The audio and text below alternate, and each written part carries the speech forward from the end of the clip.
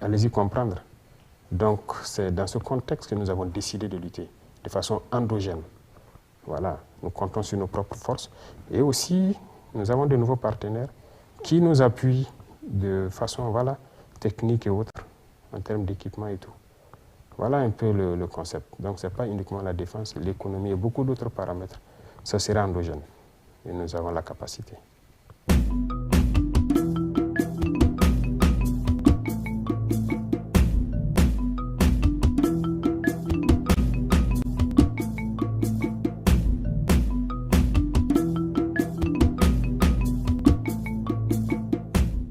Liberté d'expression. Eux, ils ont fermé des radios aussi, non?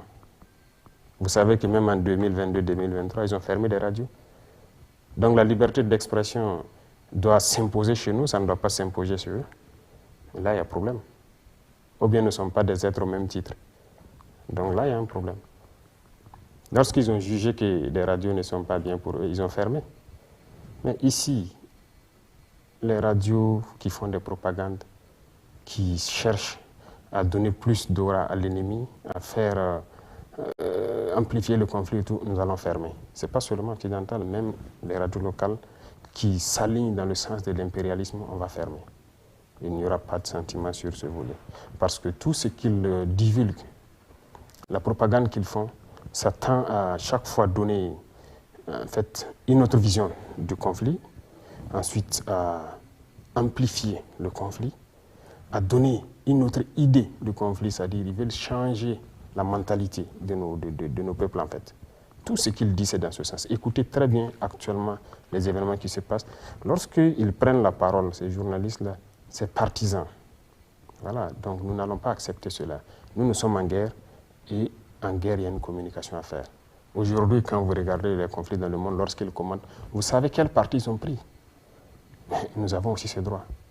Et donc, nous voulons des gens qui vont communiquer, qui vont encourager nos forces, qui vont encourager le peuple qui est très résilient là, à maintenir la pression, à tenir bon et pour qu'on y arrive. Tous ceux qui viendront, qui seront dans le sens contraire, on ne va pas accepter.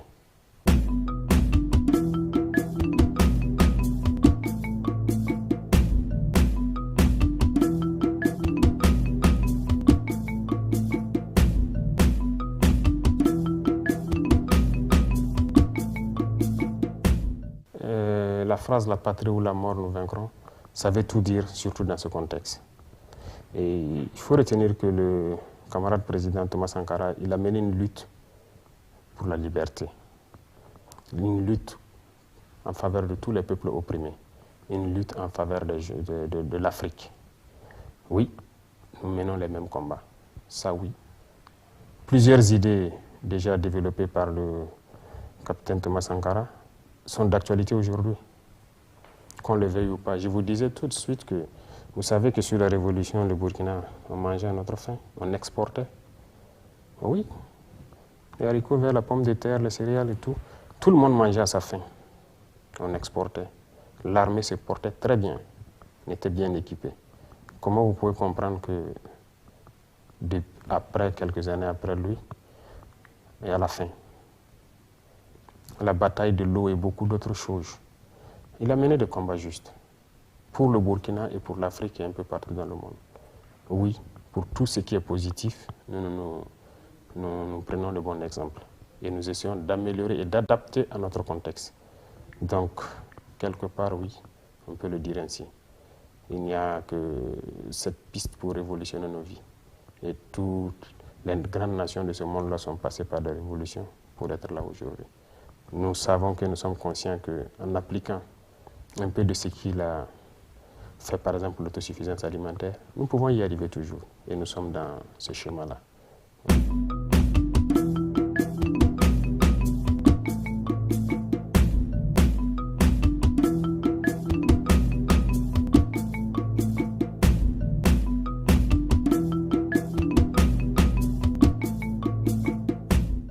Si vous partez à Niamey, vous vivez un peu, vous revenez par exemple à Fada, vous vivez un peu, vous allez toujours vous croire dans la même ville. Nos peuples sont les mêmes. Ça, c'est une réalité. En Afrique de l'Ouest, ici, c'est les mêmes peuples. Mais c'est que les gens refusent de comprendre. Secondo, on ne peut pas les sanctions appliquées au peuple nigérien. Lorsque vous regardez, certains ont traité ça d'inhumain, c'est plus qu'inhumain. Quand on pense que c'est des gens qui parlent des droits de l'homme et qui appliquent ces sanctions à un peuple, l'empêcher de se nourrir, l'empêcher de se soigner, de quel droit de l'homme est-ce qu'on parle? Nous, c'est un devoir, ce sont nos frères. S'ils ont faim et que nous en avons mangé, on va leur donner. C'est le principe de base en Afrique. Lorsqu'il y en a pour un, il y en a pour deux. On peut couper nos rations et les donner. S'ils sont malades, on peut leur donner des médicaments. Ça, nous allons le faire autant qu'on peut. Donc nous soutenons fortement le peuple nigérien sur ce volet. Sur le volet sécuritaire, il faut dire qu'on est liés. Si on laisse le Niger se désintégrer, tout le monde s'est assis à regarder la Libye en son temps. Oui, on était là, on a suivi. Tout le monde a laissé faire. La Libye s'est désintégrée. On est où maintenant? Tout s'est déversé ici et nous voilà dans des problèmes. On va encore laisser le Niger se désintégrer? Non.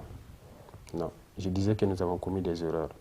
Si le Burkina avait soutenu sérieusement le Mali en son temps, soutenu le Niger, le terrorisme n'allait peut-être pas arriver ici.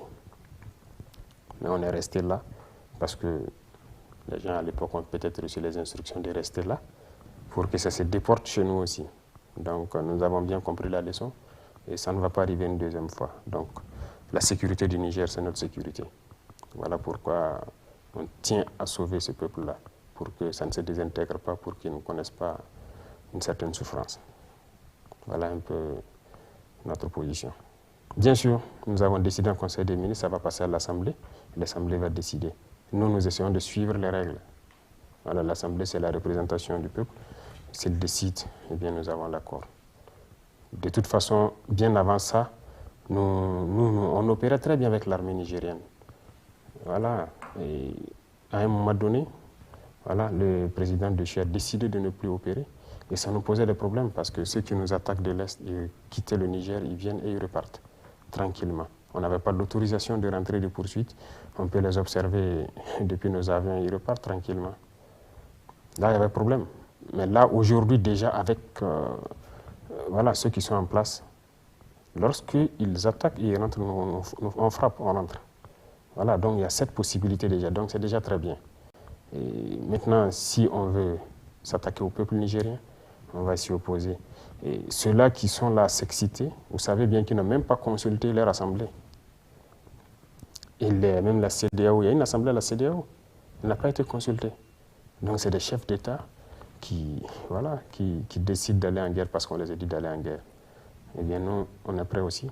En tout cas, c'est passé en Conseil des ministres, ça va passer à l'Assemblée et on se prépare.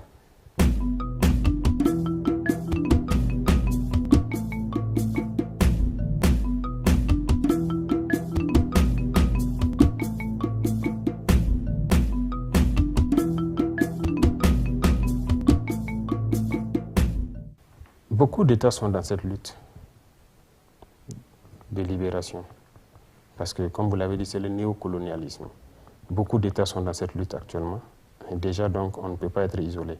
Parce que nous sommes amis à ces luttes-là, à ces États-là. Tout le monde lutte aujourd'hui pour un monde multipolaire. Donc, nous avons des partenaires dans le même sens. Ça ne peut pas nous isoler. Au contraire, ça renforce nos liens avec d'autres. Parce que ce néocolonialisme, il faut que... C'est de l'esclavage. Ça doit s'arrêter. Et beaucoup de peuples sont dans cette lutte, donc moi je ne pense pas que ça puisse nous isoler. Et d'ailleurs, comme je dis, à l'intérieur, nous avons des capacités, nous avons des potentialités, nous avons beaucoup de choses que nous pouvons développer nous-mêmes. Il y a des États qui ont été isolés, mais quand vous êtes isolé, vous n'avez pas le choix, vous êtes obligé de tout développer. Nous en sommes capables aussi, donc on ne craint pas trop.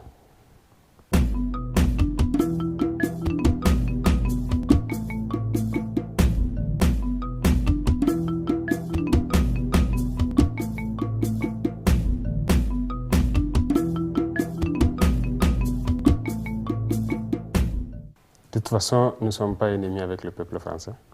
C'est la politique de ceux qui dirigent la France qui pose problème en Afrique. Donc, Tant qu'un État n'est pas dans un esprit impérialiste, un esprit d'esclavagisé, il n'y a pas de problème.